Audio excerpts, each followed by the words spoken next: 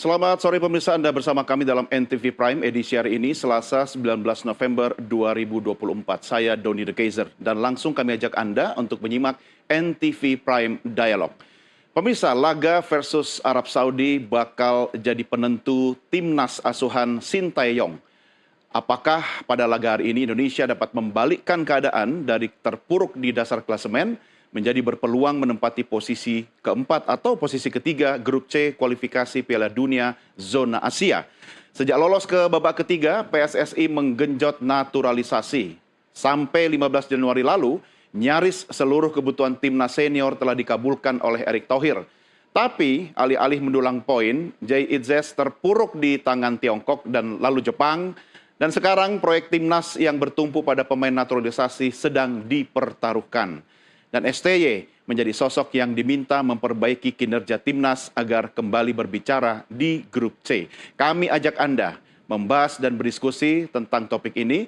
Sudah kami hadirkan narasumber kita di studio dan juga satu dari Singapura. Saya perkenalkan yang jauh dulu adalah pecinta sepak bola yang juga Duta Besar Republik Indonesia di Singapura, yaitu Suryo Pratomo, dan juga dua analis sepak bola kita yang sudah hadir di studio, yaitu Yesayas Octavianus dan juga Anton Sanjoyo. Apa kabar Bung Yes? Baik-baik. Salam baku dapa. Salam Bung Joy, kita sapa sama-sama Excellency Mas Tommy, apa kabar? Baik Doni, Yesayas, Anton, Joy. Ya, ini nada-nadanya nada-nada reuni ya. Tapi kita tidak membahas reuni masa lalu Anda bertiga.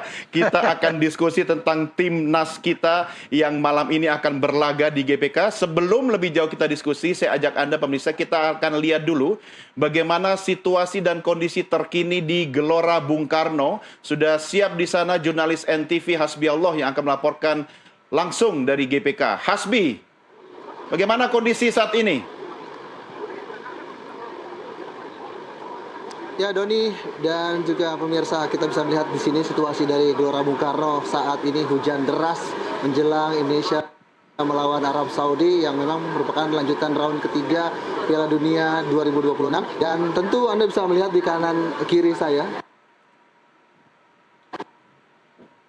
Kali ini penonton kebanyakan lagi berteduh begitu. Di sebelah kiri saya misalkan ini adalah pintu masuk menuju ke dalam Stadion Gelora Bung Karno. Nah, di atas sini ada pemeriksaan, banyak penonton yang menggunakan jas hujan. Nah, termasuk di samping saya ini ada teman-teman dari Palangkaraya. Doni yang kami jauh sekali dari Palangkaraya. Wow. Ini keseruannya meskipun hujan menggunakan jas hujan. Emang udah siap dari Palangkaraya bawa jas hujan nih? Kita siap dari Palangkaraya bawa jas hujan. Udah tahu pasti hujan, mantap. Kita pasti menang guys. Nusantara mantap. Ya itu dia tadi.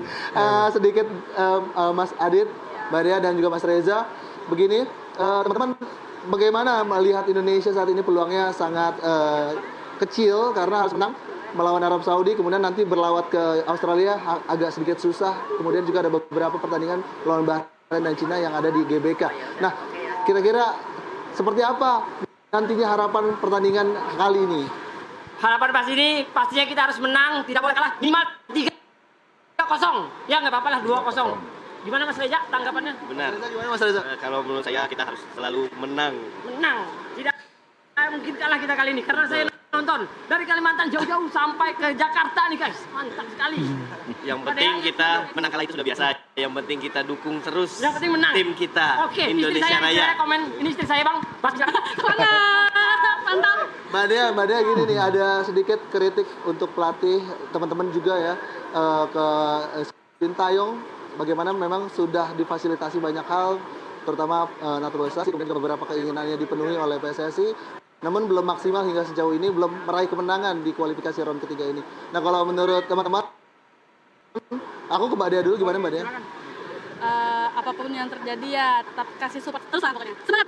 Kalau misalkan ada wacana STY out, banyak nih udah mulai bertebaran di Twitter maupun di TikTok dan Instagram. Nah, kira-kira setuju atau enggak nih? Oke, saya udah 3 kali posting Instagram. Semuanya stay.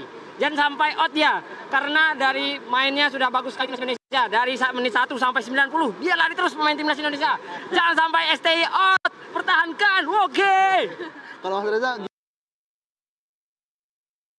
gimana nih pendapatnya? Kalau menurut saya strategi dari STY sudah bagus. Itu pemain-pemainnya juga sudah bagus. Mungkin kita kurang beruntung aja. Itu aja. Teman-teman dari Pankaya makasih banyak. Hati-hati barang-barangnya jangan sampai ada yang tertinggal. Selamat menyaksikan pertandingan, kita nikmati, enjoy sama-sama ya. Terima kasih Nusantara, sahabat saya.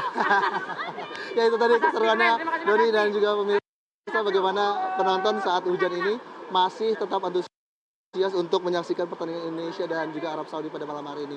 Nah, Arab Saudi sendiri memang memiliki background yang cukup kuat. Kemarin berganti pelatih dari Mancini dan juga kali ini mendatangkan Griezmann dari Prancis yang memang sudah melatih terlebih dahulu Arab Saudi dan pernah mengalahkan timnas Argentina 2-1 di Piala Dunia 2022. Kita tentunya akan melihat bagaimana. Iya, oke, baik Hasbi. Meski suara Anda agak patah-patah, tapi tadi supporter kita di sana semangatnya luar biasa dan ini juga karena hujan. Mudah-mudahan tidak mengurangi semangat timnas kita untuk berlaga kurang dari 2 jam lagi. Hasbi, nanti saya akan kembali ke Anda di tengah diskusi kita untuk mengikuti perkembangan. Dan sebelum kita dialog, saya ajak Anda untuk menyimak dulu pernyataan Ketum PSSI Erick Thohir berikut ini. Because it's my responsibility. So we're still together. Kesempatan bagi Morita dan Daichi Kamada terlepas dan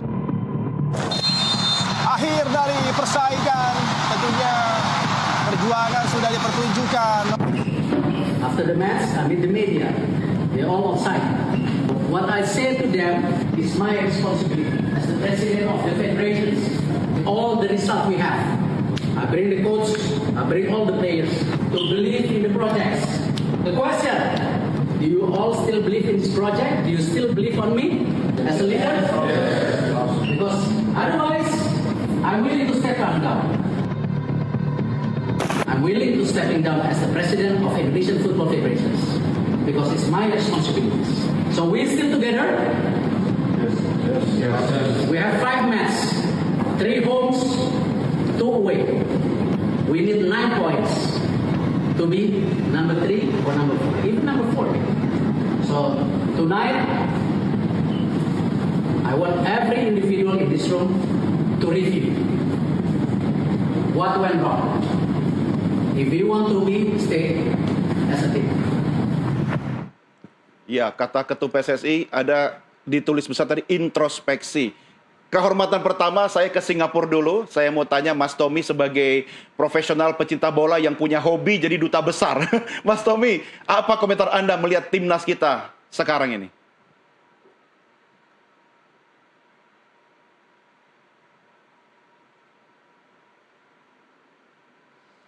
Ya, Mas Tommy, sorry, masih di mute. Boleh diulang statementnya, silakan. Kita melihat ekspektasi dari masyarakat memang sangat luar biasa karena memang mimpi yang diberikan oleh pengurus PSSI sangat tinggi dan karena itu semua sepertinya euforia. Kita lupa bahwa ini adalah sebuah proses yang sangat panjang dan apa yang kita lakukan terutama pendekatan dengan menarik para diaspora dengan proses naturalisasi ini kan baru berlangsung dalam beberapa bulan terakhir lebih intensif, bahkan kemarin seminggu sebelum pertandingan misalnya kita masih menaturalisasi pemain kelahiran Belanda dari FC Copenhagen, Kevin Dix, yang tentunya ketika dia di-blend dengan pemain-pemain yang lain wajar kalau kemudian belum terpadu dengan sangat baik karena memang waktu untuk bermain bersama juga sangat terbatas, hanya 3 hari mungkin mereka bermain bersama, kemudian kita berekspektasi sangat tinggi dan karena itu ketika kita melawan Jepang kita melihat bagaimana kemudian kualitas kita sangat jauh di bawah Jepang. Pemain Jepang itu ball skill-nya sangat luar biasa, mereka bisa menendang, mengumpan, mendribling, kemudian mereka bermain dengan pola-pola yang sangat begitu indahnya. Itu sebaliknya kita banyak peluang-peluang yang sebetulnya harusnya menjadi gol seperti Orat Mangun yang sudah berhadapan dengan kiper Suzuki, tetapi kemudian karena terlalu lama mengolah bola sehingga kemudian sempat diintercept dan dipotong oleh kiper Suzuki. Itu sebagai salah satu contoh bahwa proses membina sepak bola itu memang tidak seketika dan membangun sebuah tim itu butuh waktu yang sangat lama dan kita belum cukup punya waktu dan memberikan kesempatan pada pemain itu untuk menjadi satu kesatuan tim yang kemudian merepresentasikan tim nasional Indonesia seperti yang kita harapkan. Ya, kalau Mas Tommy melihat dan mendengarkan statement Ketum PSSI di depan para pemain pasca bertanding kemarin itu, ada kekecewaan, ada kemudian kekesalan dan sebagainya. Apa yang bisa Anda sampaikan soal itu? Ada dua hal saya melihat. Yang pertama adalah yang ingin disampaikan oleh Ketua Umum PSSI adalah mengajak semua pemain untuk bangkit karena ini kita akan menghadapi putaran kedua dari kompetisi di third round ini kan kita sudah memainkan 5 pertandingan pertama, ada 5 pertandingan sisa. Posisi kita dari 5 pertandingan baru dapat 3 poin. Padahal minimal untuk bisa menempati urutan keempat kita butuh 12 poin sehingga perlu ada 9 poin dari 5 pertandingan yang tersisa. Yang ingin dilakukan oleh Ketum adalah membangkitkan kesadaran pemain untuk bermain lebih all out. Tetapi yang kedua yang saya kemudian agak aneh, kemudian menggunakan istilah proyek. Ya, jadi kalau proyek, beberapa kali sampaikan Ketua Umum ini proyek. Kalau menurut saya namanya PSSI itu orientasinya pada pembinaan dan pembinaan itu jangka panjang dan membangun tim nasional bukan proyek. Jadi kalau pendekatannya proyek itu hanya untuk kepentingan sesaat. Padahal kita tidak hanya untuk Piala Dunia 2026, kita ingin membangun sebuah sepak bola Indonesia yang betul-betul mempunyai fondasi yang kuat, punya landasan kuat, sehingga kemudian kita tidak hanya bermimpi untuk 2026, tetapi kita bermimpi untuk Indonesia ke depan yang mempunyai tim nasional yang disegani di dunia. Ya, mudah-mudahan kata proyek tadi itu maksudnya road to 2026 ya. Bung Yes, ini mungkin gara-gara kemarin angkat telepon nih kepada Menteri Jepang ini. Anda yang mengusulkan di sini betul. Juga kan? Gimana? Iya, memang saya usulkan di sini tetapi bukan untuk pertandingan yang kemarin. Untuk pertandingan tahun 2025 tepatnya 10 Juni. Nanti kalau karena itu partai terakhir kita. Dengan catatan kita sudah bermodalkan 12 poin. Sehingga kalau 12 poin itu kita di rasio aman, di posisi keempat. Tapi kalau kita mau lolos di posisi kedua dengan 15 poin, masih mungkin. Sehingga bisa angkat telepon. Itu kira-kira. Oke, malam ini bagaimana Anda melihat? Malam ini ya, saya masih percaya ya terhadap tim nasional kita. Hanya kepercayaan itu bisa terwujud kalau tim kita tampil tidak seperti melawan Jepang. Apanya? Ada sebuah revolusi permainan dari timnas kita. Dalam arti mereka harus lebih menyerang, ya tidak seperti kemarin. Kita lebih banyak bermain memperkuat pertahanan. Karena dengan lebih banyak menyerang, kita punya peluang untuk mencetak gol. Dan ketika gol lahir itu bisa membawa kita meraih kemenangan. Nah itu yang harus dilakukan oleh Sintayong dan tim kita. Kalau kita tidak mengubah pola, taktik, strategi kita, ini akan susah untuk bisa mengalahkan Arab Saudi. Bukan tidak mungkin juga kita akan kalah. Karena Arab Saudi sendiri sedang on fire ya. Karena mereka terakhir menahan Australia di kandang Australia dengan 0-0. Bahkan nyaris menang. Karena 1 gol terakhir mereka di injury time dianulir. Jadi ya marilah kita sama-sama mendukung tim nasional kita. Yang datang ke stadion bisa memberikan dukungan penuh. Yang tidak juga bisa berdoa. Tapi tentu Arab Saudi juga berdoa untuk menang ya. Tapi ya sebagai nasionalis tulen ya kita harus dukung penuh tim kita. Tapi tidak perlu angkat telepon ke Raja Arab Saudi kan? Nanti 10 Juni 2025. Bung Joy, apa yang kurang nih? Kalau kita melihat artinya dari kekecewaan Ketum Erick Thohir itu kan istilahnya semua sudah kuberikan apa yang kau mau. Tapi kenapa begini gitu loh? Persoalannya adalah membangun tim itu kan bukan per individu. Membangun tim itu butuh blending yang cukup panjang ya. Kalau kita bicara pemain-pemain Jepang, itu mereka sudah berkumpul, bermain bersama, mungkin kurang lebih 80% itu 3 tahun sampai 3-4 tahunan. Mereka sudah bermain bersama. Kita 1 Sementara tahunan Anda bayangkan, Kevin Verdong, you name it lah siapa yang ada di tim Indonesia itu, baru berkumpul untuk tim Indonesia kan 3-4 hari.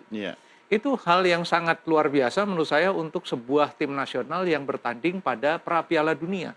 Gitu. Maksudnya jadi, luar biasa apa ini? Luar biasa hebat, luar biasa kepepet? Luar biasa tidak biasanya. Maksudnya kalau itu bisa terjadi menjadi sebuah tim yang bagus, itu luar biasa. Tapi kan nyatanya tidak. Ya, apa yang kita lihat menghadapi Jepang betul-betul menyadarkan bahwa membangun tim tidak bisa, kalau orang Jawa bilang sakdek saknyet, itu tiba-tiba kita ambil pemain-pemain yang rata-rata katakanlah memang di atas rata-rata pemain kualitas ASEAN lah ya. Dari Belanda, siapa yang tidak kenal Belanda, meskipun mereka ada di tier 2 kebanyakan, hanya beberapa yang di Eredivisie kan, tapi tetap aja binaan Belanda pasti rata-ratanya lebih bagus. Tapi per individu bagus, tapi ketika digabung dalam satu tim yang jarang bermain bersama, kan beda ininya. Arab Saudi mereka kebanyakan main di Liga Arab. Ya, mereka punya, katakanlah waktu mereka 3 hari 4 hari kumpul bersamanya, jamnya masih jauh lebih banyak daripada pemain-pemain Indonesia yang dipegang Sintayong. Jadi kalau terjadi masih ada miskomunikasi di belakang, di lini depan belum juga menemukan kematangan. Kemarin yang ada di posisi nomor punggung 9 Ratnar Oratmangun. Dia pemain sayap kiri sebetulnya, ditaruh di posisi nomor punggung 9. Yang nggak gol lah gitu loh. Kira-kira begitu kan kasarnya gitu loh. Strike yang biasanya di tengah, dia ada di pinggir gitu. Itu harusnya strike di situ ya. Nah, itu menurut saya coba-cobanya Sintayong ini kebanyakan gitu loh. Jadi terutama di lini depan yang betul-betul belum solid ya. Kan tidak ada satupun striker Indonesia yang posisi saat ini yang betul-betul clinical, yang betul-betul satu peluang satu gol gitu kira-kira. Kan belum ada gitu loh. Yang menurut saya yang masih paling bagus ya dalam posisi sekarang strike. Kalau kita mengaca pada penampilan dia sebelumnya di tim U23, di Piala Asia dan macam-macam. Tapi penampilannya nggak meningkat. Lini belakang yang tadinya saya pikir sangat solid, ternyata kalau dihajar dengan tsunami-nya Jepang, bobol juga 4 gol. Gitu loh. Ini kan lawan Cina, 3 peluang Cina, 2 jadi gol. Gitu kan. Ini yang menurut saya harus segera dibenahi. Tapi kalau ngomong lawan Arab Saudi, kita bisa menahan mereka di Riyadh 1-1. Harusnya sih main di GBK masa nggak bisa menang. Problemnya mainnya gimana? Nah, kan itu dia. Artinya, dengan tetap pada semangat prasangka baik dan mendukung Coach STY, saya mau minta pendapat Mas Tommy, apakah bisa juga malam ini laganya kita berspekulasi kalau melihat kondisi timnas kita seperti ini, Mas Tommy? Wawancara pelatih Brasil Mario Zagallo ketika ditanya mengenai peluang atau pertandingan, dia katakan, sepak bola itu bukan matematika. Jadi tidak kita berbicara sebelum pertandingan. Yang menentukan itu nanti di lapangan. Dan kalau kita sekali lagi, tentunya kita boleh berharap. Dan seperti tadi Joy menyampaikan, kita punya peluang menang. Tapi sekali lagi, mari kita realistis untuk melihat. Di pertandingan pertama kita melawan Arab Saudi, itu kan kita beruntung untuk tidak kalah. Ada tendangan penalti yang berhasil dipatahkan oleh kiper Martin Paes. Dan kalau kita lihat kualitas permainan Arab Saudi, secara teknik mereka sedikit di atas Indonesia. Jadi kita tentu berharap malam hari ini ada luar biasa, keajaiban kita bisa menang. Tetapi kita harus juga realistis bahwa yang kita hadapi ini adalah tim yang pernah mengalahkan Argentina 2-1 di Piala Dunia 2022. Jadi ini bukan tim yang sembarangan. Tadi Joy sudah menyampaikan, ini tim juga bukan tim yang baru berkumpul bersama. Mereka sudah berlatih menjadi sebuah tim yang cukup waktu lama. Dan pelatih yang sekarang menangani adalah pelatih yang pernah membawa Arab Saudi mengalahkan Argentina 2-1 di Piala Dunia yang lalu. Jadi saya kira sekali lagi kita punya tentu ada dalam pertandingan tidak ada yang tidak punya peluang, tetapi mari kita sadar mengenai kekuatan kita. Dan kalau pendekatannya adalah dengan sepak bola menyerang, itu malah akan berbahaya bagi tim nasional kita. Tapi sekali lagi mudah-mudahan Sintayong menemukan bagaimana taktik strategi yang paling tepat juga untuk memilih pemain-pemain mana yang paling siap. Dan dengan main 5-3-2-1 menurut saya jauh lebih aman bagi Indonesia menempatkan satu orang persis seperti kemarin main di Arab Saudi. Sekali lagi Arab Saudi dengan 4-3-3-nya mereka tim yang sangat menurut saya sangat berbahaya. Dan belajar dari pengalaman Jepang, ketika kita diserang dan digoyang atau diterobos dari sayap, itu pertahanan kita mudah untuk bisa goyah. Dan ini yang saya kira menjadi pelajaran terpenting dari pelajaran melawan Jepang tadi, dan saya kira pelatih sekelas Sintayong paham apa yang perlu dilakukan untuk membuat kita tidak kalah. Oke, ya. Saya ke Bung Yes. Dari judul kita, laga hidup mati STY atau laga hidup mati Timnas ini. Karena kalau kita baca dari 4 atau 5 laga terakhir kan line up-nya tuh nggak ada yang pasti ya, berubah-ubah ya. Komentar Anda, Bung? Laga hidup mati untuk dua-duanya. Untuk Timnas ya harus menang untuk membuka peluang. Kalau untuk STY adalah untuk menentukan nasibnya selanjutnya. Karena menurut saya kalau kita kalah, kayaknya posisi keempat juga sulit untuk dapat. Karena kita akan maksimal mendapat 10 poin. Itu pun kalau menang lawan Bahrain dan Cina. Kalau melawan Australia dan Jepang, sudahlah. Kita kesampingkan dulu. Ya. Nah, untuk STY sendiri harus menang. Kalau draw juga saya kira tidak ada maaf bagi dia. Segera retired, mundur.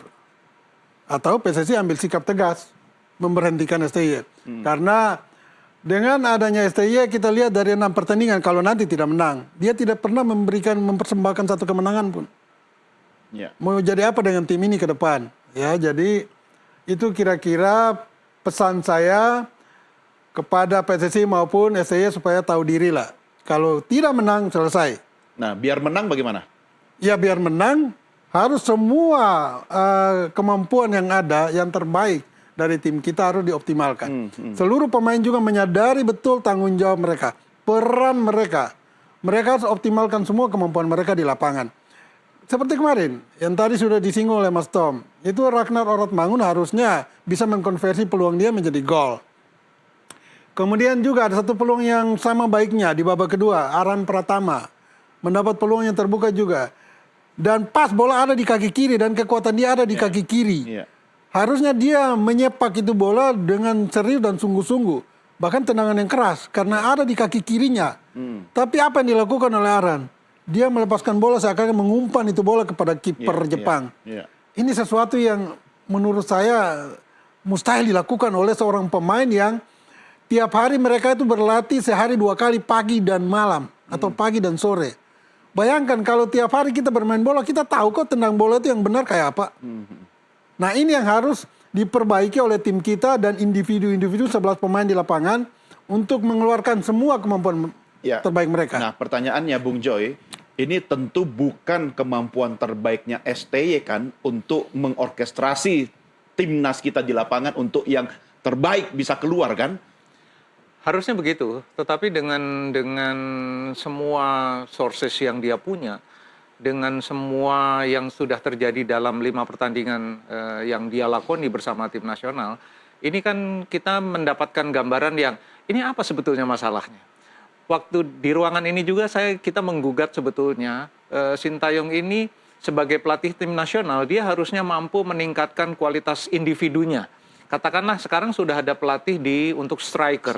Kenapa striker kita masih mandul juga gitu? Ini kan saya bisa paham karena kapan mereka latih tanding dengan tim yang benar-benar solid, yang bisa menguji kemampuan lini depan kita. Kapan kita bertanding melawan tim yang betul-betul dalam latih tanding ya, bukan pertandingan yang kompetitif seperti kemarin lawan Jepang, dengan tim yang pertahanannya kuat. Kapan kita tidak pernah gitu. Nah, kemarin juga kita diingatkan bahwa Indonesia tidak pernah ketemu tim seperti Jepang yang kualitasnya memang kelas 1 Asia. Dan kelihatan betul kan, bolong-bolongnya terutama di lini belakang. Padahal siapa yang nggak kenal Jai yang saya selalu puji bahwa dia begitu main menit pertama untuk Indonesia udah bisa tune in. Jarang sekali ada pemain seperti itu. Bahkan dia menjadi leader. Kalau ngomong non teknis, dia sudah katakan semuanya kok. Bertarung untuk keluargamu, bertarung untuk bangsamu, bertarung untuk harga dirimu. Itu yang dia katakan di depan teman-temannya saat mau menghadapi Jepang. Kurang apa lagi dengan pemimpin seperti itu gitu loh. Jadi kembali sebetulnya ke kualitasnya Sintayong gitu loh. Jadi kalau tadi Anda bicara sama Bang Yes tentang kemungkinan, kalau saya sih kalau kalah ya lawan Arab Saudi, ya harus tahu diri lah. Maksudnya kan pertandingan berikut setelah lawan Arab Saudi masih Maret ya. Masih kira-kira 2 bulan bersih lah. gitu loh. Masih ada kesempatan untuk memperbaiki tim ini, terutama juga memperbaiki pelatihnya. Karena menurut saya dia punya kelemahan mendasar satu, menurut saya bahasa. Ya, bahasa dia kalau dia latihan, dia interpreternya adalah penerjemahnya. Tapi kalau dalam game situation, penerjemahnya itu asistennya. Anda bisa bayangkan dalam situasi kritis, dia harus merintah pemain, posisinya per second, dalam hitungan detik, dia harus ngomong dulu sama asistennya. Bisa aja dalam bahasa ya? Korea, asistennya ngomong dalam bahasa Inggris, ya kan? Nah ini kan menurut saya buang waktu gitu loh, udah terlambat gitu loh. Jadi menurut saya ada hal yang harus Erick Thohir juga harus pikir panjang lah, ya. Ini ada hal yang hilang dari sisi. Kalau soal ilmu nggak usah diragukan lagi lah. Tapi delivery ilmunya kepada permainan kan belum tampak dalam 5 pertandingan terakhir. Dia bilang tadi nggak ada yang menang kan? Draw melulu, draw 3 kali, kalah 2 kali. Gitu. Jadi memang kita harus menuntut. Dia dibayar gede banget dengan keistimewaan yang luar biasa. Wajar kalau kita menuntut kan? Harus dituntut. Dan wajar kalau Erick Thohir juga kecewa begitu kan? Harusnya begitu. Saya harus melempar ini ke Mas Tommy karena setelah sesi ini kita harus berpisah dengan Mas Tommy karena Pak Duta Besar ada tugas-tugas negara yang harus dijalankan. Tapi sebagai penikmat sepak bola, ya kan, tentu selalu ada harapan Mas Tom. Ketika bola itu bundar seperti yang Anda katakan tadi, dia akan menggelinding kemana? Perlukah kita yang namanya semacam apa itu ya? Kalau laki itu apa ya? Keberuntungan. Hoki atau keberuntungan begitu malam ini. Catatan Anda, Mas Tommy. Ya, sekali lagi kita bicara Sinteyong ya. Beberapa kali tadi ya saya Joy sudah menyampaikan. Saya kira kan kalau kita lihat karakternya Sinteyong, sejak dia melatih tim Korea Selatan, kekuatannya dia adalah di counter attack. Dia bisa mengalahkan Jerman kan karena counter attack juga. Jadi kalau kita lihat perjalanan 5 pertandingan yang sudah dimainkan, 2 pertandingan pertama itu kan membangkitkan rasa percaya diri kita bahwa Indonesia bisa tampil di Piala Dunia. Mengapa? Karena bisa menahan Arab Saudi 1-1, bisa menahan Australia 1-1. Tetapi kalau dari kualitas permainan, kan memang kita menerapkan pola yang relatif bertahan dengan Jay Ides sebagai sweeper di belakang, 5 pemain di belakang, kemudian 3 dan 2 pemain penyerang. Karena itu memang pola kita memang lebih banyak bertahan. Karena itu melawan Arab Saudi, sekali lagi, Arab Saudi ini bukan tim kelas 2 yang kemudian bisa dengan mudah kita kalahkan. Kita berharap kita bisa menang, tetapi sekali lagi Arab Saudi bukan tim yang mudah untuk dikalahkan.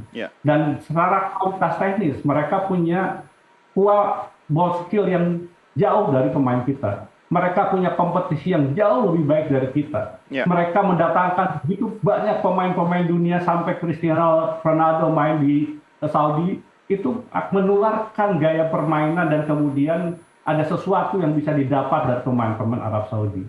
Karena itu kita harus menang, tetapi taktik strategi itu bagaimana cara menang. Dengan pola bagaimana tidak sampai kebobolan. Karena kalau sampai kita kebobolan lebih awal, sama dengan seperti melawan Jepang, kepercayaan diri pemain itu akan mudah untuk runtuh. Kalau kemarin Mangun bisa mencetak gol lebih dulu, pasti confident pemain akan bertambah. Ketika dia gagal dan kita melakukan gol bunuh diri dan kemudian ada gol kedua, di babak kedua kita seperti kemudian tidak punya kemampuan untuk bisa bermain. Gol keempat Jepang kita bisa lihat dari permainan 1-2, ya kan Verdong kan tidak ikut pemain Jepang untuk menggiring bola sampai dekat ke gawang dan tidak ada satupun pemain kita yang mencoba mengintercept. Dan pemain nomor 2 Jepang itu bisa syuting dari sudut yang begitu sempit. Kemudian bisa, menurut saya kan hanya pemain punya kualitas teknik luar biasa, bisa menendang dengan sudut yang begitu sempit dan menjadi gol. Kita kan belum punya pemain berkualitas seperti itu. Karena itu, mari kita realistis, main lebih banyak bertahan, gunakan serangan balik, dan itulah sebetulnya kekuatan dari Sinteyong. Mudah-mudahan serangan balik itu kali ini memberikan keberuntungan bagi kita, dan sekali lagi tentunya saya juga berharap kita bisa menang, karena kalau kemudian kita tidak bisa menang, apalagi sampai kalah marah-marah ini, akan sulit bagi kita untuk bisa menduduki peringkat keempat seperti yang diinginkan oleh Ketua Umum PSSI. Jadi skornya berapa Mas Tom malam ini? Saya khawatir kita kalah. Dengan berapa? Ya, khawatir kita kalah. Mudah-mudahan sekali lagi kita bisa mencuri gol lebih awal. Kalau kita bisa mencuri gol lebih dulu, maka kita akan bisa menang 1-0. Tetapi kemudian kalau kemudian kita tidak bisa mencetak gol lebih dulu, maka kita harus menerima kenyataan. Sekali lagi, Arab Saudi bukan tim kemarin sore, bukan tim kelas 2, dia adalah salah satu tim terbaik Asia yang beberapa kali menjadi juara Asia. Oke, siap. Baik, Mas Tom, terima kasih. Selamat melanjutkan tugas kembali. Terima kasih, Excellency Suryo Pratomo. Sampai ketemu lagi. Ya, pemirsa, sebelum kita lanjutkan isu kita rehat sejenak. Kami segera kembali sesaat lagi.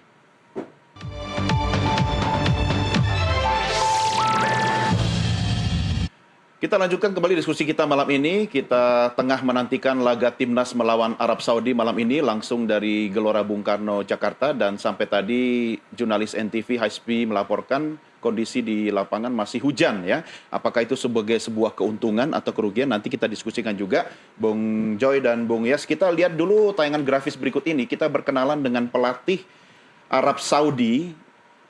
Saya minta komentar Anda berdua. Bung Yes, ini pelatih kepala timnas Arab Saudi. Iya. Orang Prancis ya.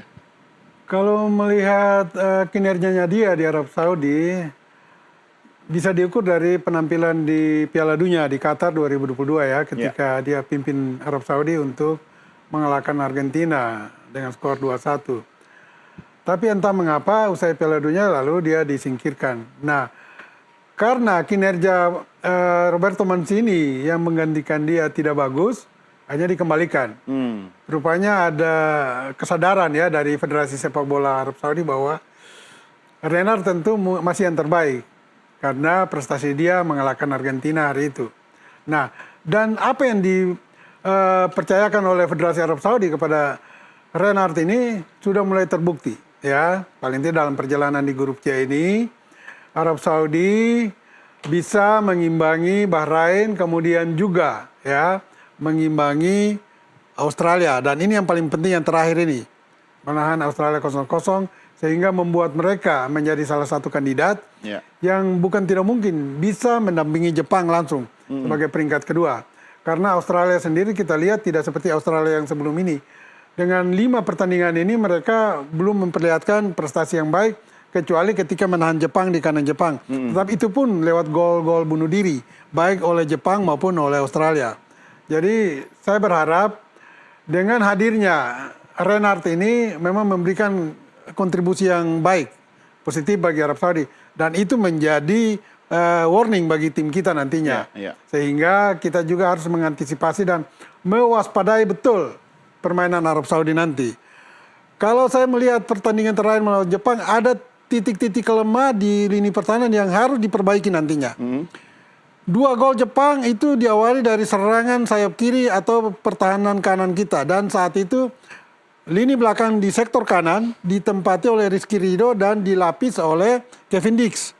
2 pemain ini menurut saya kualitasnya memang baik di posisi mereka.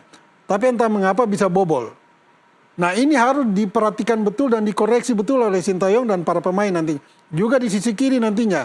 Kalau di sisi kiri, kalau dengan formasi 5 belakang, kita ambil yang 3 yang baku, ada Rizky Ridho di kanan, Jais tengah, dan Calvin Vertonghen di kiri. Tetapi kalau menjadi 5, itu bisa karena Kevin Dix absen, mungkin bisa memainkan Sandy Walsh, dan juga Nathan Chuaon atau Justin Hubner. Untuk menjadi 5 belakang. Nah, ini harus betul-betul solid mereka. Jangan melakukan lagi kesalahan-kesalahan sekecil apapun. Karena dengan kesalahan yang sekecil apapun, ini bisa dioptimalkan, dimanfaatkan oleh lawan untuk mencetak gol. Itu kira-kira. Ya, oke. Bung Joy, ini Renard versus STY. Renard membawa Afrika ya 2 kali ya juara ya dengan negara yang berbeda. Dengan negara berbeda. Ya. Nah, ini Zambia dan Pantai Gading. Dia menjadi salah satu cover di cover story di media-media Perancis ketika dia bukan saja sukses membawa Arab Saudi ke Piala Dunia 2022, tapi juga membawa 2 negara berbeda di Afrika menjadi juara Afrika. Master tactician, mereka bilangnya. Dan saya khawatir memang Renard ini kan sebelum membawa Arab Saudi lolos ke Piala Dunia, dia kan tahu betul bagaimana sepak bola Arab Saudi. Ini yang menurut saya kekuatan terbesar dia pada tim yang sekarang. Sehingga saya berkali-kali bicara, yang kita hadapi di Riyadh sama sekali berbeda dengan yang mau kita hadapi nanti. Nih 1 jam lagi di GBK ini tim yang sama sekali berbeda. Kita akan melihat tim yang mengalahkan Argentina. Meskipun dalam 2 pertandingan selanjutnya Arab Saudi tidak terlalu banyak berkutik, tetapi menghadapi Argentina menurut saya akan menjadi benchmark ya bagi Renard dan timnya untuk menghadapi Indonesia. Siapa sih yang nggak mau lolos ke Piala Dunia? Semua juga mau gitu ya.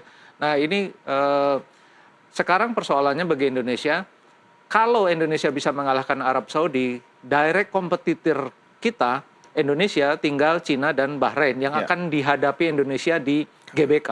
Artinya sebetulnya nggak boleh kalah, gitu loh. Meskipun Mas Tom tadi khawatir kalah dan saya tahu betul kekhawatiran itu. Problemnya adalah seperti yang saya bilang tadi, mainnya mau gimana? Kalau main pakai 5 pemain bertahan mengandalkan serangan balik, menurut saya agak riskan juga ya. Karena serangan-serangan Arab Saudi ini juga tajam, berbahaya gitu loh. Saya lebih memilih, katakanlah kalau saya bisa ngomong sama Sintayong, main aja seperti babak pertama di Riyadh dengan 3-4-2-1 gitu loh. Ambil gol babak pertama, kalau bisa 2 gol, lalu kemudian pakai 5 pemain belakang di babak kedua untuk bertahan dengan sesekali menyerang. Tapi itu hanya bisa terjadi ketika pemain-pemain Indonesia, terutama pemain yang berkiprah di Eropa, konsistensinya di babak kedua tetap dipertahankan. Karena dalam 5 pertandingan yang sudah dijalani, babak kedua selalu drop gitu loh. Saya nggak tahu apakah persoalan iklim atau cuaca dan macam-macam, tapi persoalannya adalah babak kedua ini tidak pernah punya grafik yang bagus. Ya, kalau kita lihat 30 menit melawan Jepang, Indonesia punya 2 shot on target. Punya 1 peluang emas. Itu 30 menit pertama. Setelah itu Jepang ambil alih dominasi, ball possession mereka bisa sampai 75 dan itu tidak bisa diimbangi lagi oleh pemain-pemain Indonesia, apalagi di babak kedua, apalagi sudah kebobolan 2 gol. Nah ini tidak boleh terjadi melawan Arab Saudi. Dan kita ada tren ya, kalau sudah sering kebobolan nanti dalam tanda petik ya kepercayaan diri kita semakin berkurang begitu ya. Biasanya begitu. Saya juga kaget melihat Jai kemarin itu cepat panik. Kan gol kedua itu dia di gol keberapa ya Bang Yas? Dia gol kedua. Bolanya ke kolong dia kan, gitu loh. Gol pertama kayaknya. Kedua. Yang kesalahan Martin Pas, kan bolanya ke kolongnya Jai. Oh, gol ketiga. Jadi dia kurang tenang pada saat itu. Tapi saya bisa paham kenapa dia kurang tenang. Karena Indonesia ada kebobolan 2 gol. Gitu loh. Jadi ya harusnya sih ada. Pak Marji kan bilang sudah ada pembicaraan dari hati ke hati. Mudah-mudahan sih itu membuat penampilan di pertandingan melawan Arab Saudi jauh berbeda ketika menghadapi. Tapi sebenarnya ya, Bung Yes, ini laga malam ini kan kita bicara tentang bagaimana harapan kita kepada semua skuad Garuda di lapangan. Tapi bisa jadi juga kita ambil hikmahnya. Ini juga sama dengan pelatih idol. Jadi ada 2 pelatih malam ini atau 2 coach yang akan menjadi kontestan ya. Siapa tahu nanti ada yang bisa berkontribusi buat timnas Indonesia di masa datang. Kalau lihat sejarahnya Renard gitu loh. Iya, memang dikatakan kedua pemain ini sedang tenar ya. Terutama untuk Sintayong di kita, banyak netizen yang menggantungkan harapan yang begitu tinggi kepada dia. Karena prestasi-prestasi yang sudah diukirnya. Padahal prestasi itu hanya untuk menaikkan peringkat kita, peringkat FIFA. Dari 170 sekian ada di 129 kalau tidak salah. Itu sebuah prestasi yang tidak boleh juga kita pungkiri. Tetap kita apresiasi. Ya, apresiasi. Tetapi kalau melihat bahwa dia di putaran ketiga ini belum memberikan kemenangan, bahkan belum juga pernah membawa tim senior untuk berprestasi lebih tinggi, ya katakan sebuah gelar juara, itu belum ada. Sehingga saya berharap netizen juga menyadari ya bahwa dukungan kepada Sintayong boleh, tapi jangan terlalu berlebihan. Karena kalau berlebihan juga secara tidak langsung mereka juga menceburkan Sintayong. Karena prestasi yang dia berikan belum ada apa-apa. Jadi saya berharap Sintayong kembali harus membuktikan bahwa memang dukungan masyarakat selama ini ada benarnya. Benarnya itu malam ini dia harus mengambil kemenangan dari. Kalau pemain bisa grogi, pelatih bisa grogi juga dong ya. Apalagi menyangkut hidup mati pelatih ya malam ini ya. Ya betul. Nah seperti tadi dikatakan oleh Joe itu, menurut saya memang faktor komunikasi itu sangat penting ya. Sangat penting. Tidak saja detik loh ini. Antara pelatih dengan pemain, tetapi pemain dengan pelatih juga. juga antar sesama pemain. Ini iklim-iklim pergaulan di luar pertandingan ini sangat menentukan. Katakan saja misalnya, seperti Martin Paes kemarin ya, melakukan kesalahan blunder sehingga terjadi gol ketiga. Apakah setelah itu Sintayong memanggil Martin Paes, bicara secara empat mata? Saya kira itu tidak akan terjadi. Mengapa? Rintangannya ada di bahasa dan komunikasi itu. Pasti tidak akan terjadi itu. Berbeda kalau komunikasi dan bahasa itu satu. Sehingga ketika ada pemain melakukan kesalahan atau pemain mau curhat kepada pelatih, dia bisa ngomong sebebas-bebasnya kok. Saya ingat dulu ya, tadi juga disinggung oleh Joy bagaimana pola permainan, mau pakai pola berapa, 4-3-2 atau 4-3-3. Sinyo Aleano dulu waktu pegang tim nasional kita di tahun 1985, yang nyaris meloloskan kita juga ke Piala Dunia, dia sangat terbuka bagi media ya untuk bertukar pikiran, berbicara tentang mau diapakan sih ini tim nasional. Oke, sebelum lebih jauh, kita sudah dapat bocoran nih. Saya lihat juga dari media sosialnya Timnas. Kita lihat sama-sama grafis berikut ini dia line up kita. Formasi Timnas melawan Arab Saudi. Oke, Bung Joy, coba dibaca. Ini formasi yang saya duga dari awal akan main dengan 3-4-2-1 ya. Karena memang formasi ini yang mengagetkan Mancini waktu itu di Riyadh. Ya kan 4-3-2-1 walaupun pemainnya sudah agak berbeda. Tapi di depan kurang lebih sih sama, Rafael Struijk. Nah ini saya yang masih apakah benar Ratnar Oratmangun akan ditaruh di posisi nomor punggung 9. Karena itu striker murni loh harusnya. Dan kita nggak punya striker murni. Nah ini akan masih jadi pertanyaan, kita lihat di depan. Risikonya? Resikonya dapat peluang nggak jadi gol seperti kemarin gitu loh. Nah ini yang menurut saya mungkin kemungkinan besar Rafael Struijk dan Oratmangun akan berganti posisi bergantian. Kalau Rafael Struijk bisa nyisir dari kiri, kemudian masuk ke cutting off ke kotak penalti, dia lakukan dengan bagus berkali-kali, mungkin dia akan dipertahankan. Tapi kalau tidak, kemungkinan akan bergantian posisinya. Artinya harapan kita ada di Struijk ya. Kalau misalnya Oratmangun tidak mampu memberikan tendangannya. Kalau saya lihat berkali-kali penampilan Rafael Struijk yang di posisi nomor punggung 9 cukup lumayan dibanding atau Oratmangun di posisi sayap kiri jauh lebih lumayan dia menyisir masuk ke kotak penaltinya atau melakukan umpan tarik ke kotak penalti jauh lebih bagus gitu loh. Apakah sudah dicoba dalam 1-2 hari ini dia di posisi nomor punggung 9 kita nggak tahu juga. Tetapi karena sudah ada pelatih striker harusnya sih kepercayaan diri tinggi ya kalau memang dia ditaruh di posisi nomor punggung 9 artinya dia ada sebagai target man. Tapi kunci menurut saya ada di kiri dan di kanan di posisi back. Calvin Verdong dan Sandy Walsh. Jadi itu yang akan menentukan Indonesia bisa bertahan dengan bagus atau tidak, bisa transisi dengan bagus atau tidak. Sementara Nathan Haye di tengah itu dia harus melakukan banyak sekali intercept kepada pemain-pemain Arab Saudi. Harus banyak tackling dengan resiko kena kartu kuning. Tapi harus dicegat setinggi mungkin. Pemain-pemain Arab Saudi jangan sampai masuk ke perimeter pertahanan Indonesia. Kira-kira begitu. Tapi itu pasti sudah menjadi rencana besarnya Sintayong. Karena saya lihat dia akan melakukan hal yang sama ketika pertandingan di Riyadh di babak pertama. Itu dia lakukan hal yang mengagetkan Mancini sampai saya katakan waktu itu pemain Arab Saudi bengong-bengong tuh. Melihat permainan Indonesia di babak pertama ya. Tapi di babak kedua dropnya banyak banget. Karena drop banyak banget kemudian Indonesia bisa akhirnya tertahan kan, nyaris kalah malah dengan blundernya Martin Paes. Untungnya penaltinya digagalkan. Tapi overall menurut saya bikin gol dulu, bikin gol cepat, main 3-4-2-1 di babak pertama. Itu maunya begitu. Bung Yes dengan line up seperti ini harapan masih ada dong. Ya, saya melihat ada Marcelino loh di depan. Ya, itu yang mau saya singgung. Marcelino ini dia punya speed dan kepercayaan diri, tetapi kekurangannya adalah di skillnya dan mengambil keputusan di saat-saat kritis. Kalau STM memainkan Marcelino sebagai tandem Oratmangun dan juga Rafael Struijk, harusnya pemain ini sadar betul bahwa yang dia bisa lakukan adalah mengobrak-abrik lini pertahanan Arab Saudi dengan speednya. Paling tidak dia harus lakukan dengan menggiring bola masuk kotak penalti. Dengan risiko dia ditebas.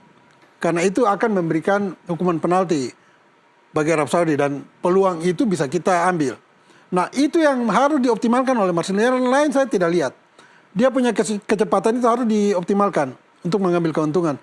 Masuk dengan bola ke kotak penalti untuk membuat Arab Saudi melakukan kesalahan di sana. Yang lain dia ya bermain standar saja, tidak punya skill, tidak punya passing yang bagus, ya, tidak punya kontrol yang bagus. Nah, tentang empat tengah, yaitu ada Calvin Verdong di kiri, di belakang dia back kiri ada Justin Hapner, kemudian di tengah ada Ivar Jenner dan juga Tom Haya, dan di kanan ada Sandy Walsh. Saya kira formasi ini dengan materi ini cukup baik. Baik dalam menyerang maupun bertahan, terutama dalam bertahan. Tetapi kalau dalam menyerang, saya berharap Calvin Verdong dan Tom Haya bisa memanfaatkan kelebihan mereka dalam melepaskan terupas, umpan-umpan terobosan ke depan. Dan itu pun ketika bola yang datang dari Verdong maupun Tom Haya itu harus dikontrol dengan matang betul, baik oleh Orad Mangun maupun Rafael Strijk. Ya, oke, Bung Yes. Saya harus mengakhiri diskusi kita karena saya tahu Anda berdua akan ke GBK. Ya. Tapi waktu kita 1 menit sebelum kita berpisah, closing statement bicara soal skor, angka, ini harapan juga Anda di angka berapa? Mungkin perbedaan 1 digit ya. Saya tetap optimis dan berharap tim nasional kita menang. Dengan skor bisa 1-0 atau 2-1. Ya. Atau 2-1. Ya. Oke, Bung Joy. Harapan menang tentu karena ini hidup mati ya bagi Indonesia. Memang masih ada 2 pertandingan kandang melawan Cina dan Bahrain. Tapi kalau tidak mengambil poin penuh melawan Arab Saudi, pertandingan selanjutnya masih sangat lama. Ini membuat situasi di tim akan menjadi kelabu. Kendor lagi ya. Nah ini yang harusnya sih bisa menang lah. Saya sih berharap ada gol cepat di 15 menit pertama. Indonesia bisa menang tipis 1-0 atau 2-1. Oke. Saya juga begituan. Oke, Bung Joy, terima kasih, Bung Yes. Terima kasih. Mari kita dukung timnas Garuda kita malam ini sama-sama agar bisa memenangkan laga melawan Arab Saudi. Pemirsa, kami akhiri sampai di sini NTV Prime Dialog. Jangan kemana-mana. Setelah jeda azan maghrib untuk Jakarta dan sekitarnya, NTV Prime masih akan kembali. Kami segera kembali.